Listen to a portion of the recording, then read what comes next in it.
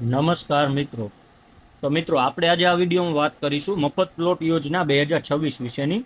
તો મફત પ્લોટ યોજના ગુજરાત શું છે તેની વાત કરીએ તો આ ફ્રી પ્લોટ સહાય યોજનાનો મુખ્ય ઉદ્દેશ ભૂમિહીન ખેતી મજૂરો અને ગ્રામીણ કારીગરોને મફતમાં પ્લોટ પૂરો પાડવાનો છે, જેથી તેઓ ગવર્મેન્ટ આવાસ યોજનાઓનો લાભ લઈને પોતાનું પાકું મકાન બનાવી શકે છે.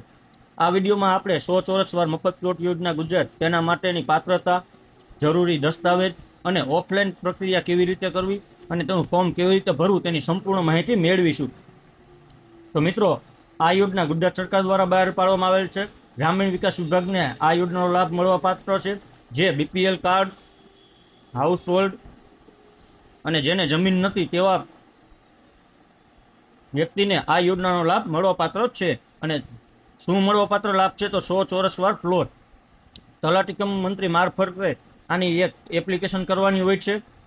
ત્યારબાદ મિત્રો તેની ઓફિશિયલ વેબસાઇટ છે panchayat.gujarat.gov.in અને તેનો હેલ્પલાઇન નંબર તમે મિત્રો અહીં આ સ્ક્રીન પર જોઈ શકો છો, જેના પર જઈને તમે વધુ માહિતી મેળવી શકો છો. તો ચાલો આપણે વાત કરીએ યોજનાનો મુખ્ય હેતુ. તો ગુજરાતના ગ્રામીણ વિસ્તારોમાં આજે પણ એવા હજારો ગરીબ પરિવારો છે જેમની પાસે પોતાનું ઘર બનાવવા માટે 1 ઇંચ પણ જમીન નથી. આવા પરિવારો ભાડાના મકાનમાં અથવા કાચા ઝૂંપડામાં રહેવા મજબૂર બને છે. આ સમસ્યાના નિવારણ માટે ગુજરાત સરકારના ગ્રામીણ વિકાસ વિભાગ દ્વારા 100 ચોરસ વાર મફત પ્લોટ યોજના શરૂ કરવામાં આવી છે. આ યોજનાનો મુખ્ય હેતુ ગરીબ પરિવારોને આર્થિક રીતે મદદરૂપ થઈને મફત પ્લોટ આપવાનો છે, જેથી ભવિષ્યમાં તેઓ પ્રધાનમંત્રી આવાસ યોજના એટલે કે પીએમવાય અથવા ડૉક્ટર આંબેડકર આવાસ યોજના હેઠળ મળતી આવાસ સહાયોનો લાભ મેળવી શકે છે. તો તેની પાત્રતા વિશે વાત કરીએ તો જો તમે આ ગવર્મેન્ટ સ્કીમનો લાભ લેવા માંગતા હોય તો ઉમેદવારે નીચે મુજબના નિયમો અને માપદંડો મુજબ પાત્રતા ધરાવતી રહેશે, જેમાં અરજદાર મૂળ ગુજરાત રાજ્યનો કાયમી રહેવાસો હોવો જોઈએ તો જ લાભ મળશે. લાભાર્થી પરિવાર ફરજિયાતપણે બીપીએલ કેટેગરીમાં આવતો હોવો જોઈએ અને તેમની પાસે બીપીએલ કાર્ડ હોવું જોઈએ. અરજી કરનાર વ્યક્તિની ઉંમર 18 વર્ષ કે તેથી વધુ હોવી જોઈએ. લાભાર્થી પરિવાર ફરજિયાતપણે બીપીએલ કેટેગરીમાં આવતો હોવો જોઈએ અને તેમની પાસે બીપીએલ કાર્ડ હોવું જોઈએ મિત્રો. ત્યારબાદ અરજદાર કે તેમના પરિવારના કોઈ સભ્યના નામે કોઈપણ પ્રકારની ખેતીની કે રહેણાંકની જમીન કે મકાન હોવું જોઈએ નહીં.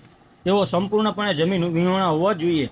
ત્યારબાદ પરિવારની વાર્ષિક આવક મર્યાદા 1,20,000થી વધુ ન હોવી જોઈએ. આ યોજનામાં ખાસ કરીને ગ્રામીણ કારીગરો, ખેત મજૂરો અને રોજ કામદારો માટે બનાવવામાં આવી છે. તેમાં મળવાપાત્ર લાભ વિશે મિત્રો વાત કરીશું તો આ યોજના હેઠળ ગરીબ પરિવારોને નીચે મુજબના સીધા ફાયદાઓ મળે છે, જેમાં પાત્રતા ધરાવતા ગરીબ પરિવારોને ઘર બનાવવા માટે 100 ચોરસ વારનો પ્લોટ તદ્દન મફત આપવામાં આવે છે. આ જમીનની ફાળવણી માટે સરકાર દ્વારા કોઈપણ પ્રકારનો ચાર્જ કે ફી લેવામાં આવતી નથી. પ્લોટ મળ્યા બાદ લાભાર્થી સરકારની અન્ય હાઉસિંગ સબસિડી યોજનાઓ જેમ કે પ્રધાનમંત્રી આવાસ યોજના માટે પાત્ર બને છે, જેમાં ઘર બનાવવા માટે સીધી બેંક ખાતામાં આર્થિક સહાય મળે છે. તો મિત્રો, આ યોજનાનો લાભ લેવા માટેના જરૂરી દસ્તાવેજો વિશે આપણે વાત કરીશું. તો ઓફલાઈન ફોર્મ સબમિટ કરતી વખતે તમારે નીચે આપેલા મહત્વના ડોક્યુમેન્ટની નકલ સાથે જોડવાની રહેશે, જેમાં મફત પ્લોટ યોજનાનું સંપૂર્ણ ભરેલું અરજીનું ફોર્મ, રેશન કાર્ડની નકલ, બીપીએલ હોવું જરૂરી છે, અરજદારનું આધાર કાર્ડ, બીપીએલ યાદીમાં નામ હોવાના પુરાવા અથવા બીપીએલ કાર્ડ, અરજદાર પાસે કોઈ જમીન નથી તે અંગેનું તલાટીનું પ્રમાણપત્ર અથવા મામલતદાર અથવા તાલુકા વિકાસ અધિકારી દ્વારા આપવામાં આવેલ આવકનું પ્રમાણપત્ર. ત્યારબાદ ઉંમરનો પુરાવો, જેમાં શાળા છોડ્યાનું પ્રમાણપત્ર અથવા જન્મનો દાખલો ચાલશે. ત્યારબાદ બેંક ખાતાની પાસબુકના પ્રથમ પાનાની નકલ, જો સોશિયલ ઇકોનોમિક કાસ્ટ સેન્શન એટલે SECCમાં નામ હોય તો તેની વિગતો. તો મિત્રો, ખાસ નોંધી લેજો કે આ યોજના માટે કોઈ ઓનલાઈન એપ્લિકેશન પોર્ટલ નથી. આ યોજનાનો લાભ લેવા માટે તમારે સંપૂર્ણપણે ઓફલાઈન પ્રોસેસ ફોલો કરવાની રહેશે, જે નીચે મુજબ છે. જેમાં સૌપ્રથમ તમારે મિત્રો ફોર્મ મેળવવાનું હોય છે, જે ફોર્મ તલાટી પાસેથી તમને મળી રહેશે.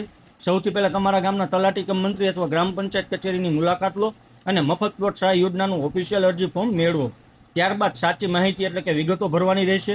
અરજી ફોર્મમાં પૂછવામાં આવેલ તમામ વિગતો જેવી કે અરજદારનું નામ, સરનામું, ઉંમર, આવક અને બીપીએલ નંબર ખૂબ જ કાળજીપૂર્વક ભરવાના રહેશે.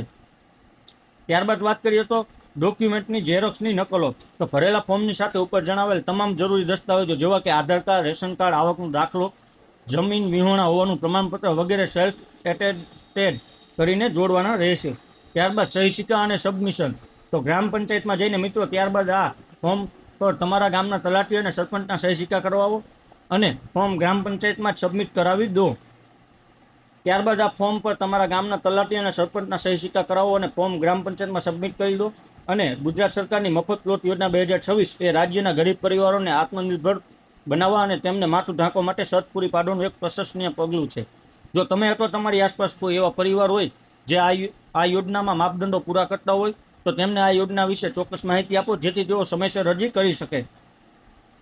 તમને આ માહિતી ઉપયોગી લાગી હોય તો નીચે કોમેન્ટ સેક્શનમાં જરૂર જણાવજો, અને ગરીબ અને જરૂરિયાતમંદ લોકો સુધી આ આર્ટિકલને વોટ્સઅપ અથવા ફેસબુક પર શેર કરવાનું ભૂલતા નહીં. ગુજરાત સરકારની આવી જ અવનવી યોજનાઓની માહિતી માટે અમારા વિડીયોની મુલાકાત લેતા રહો.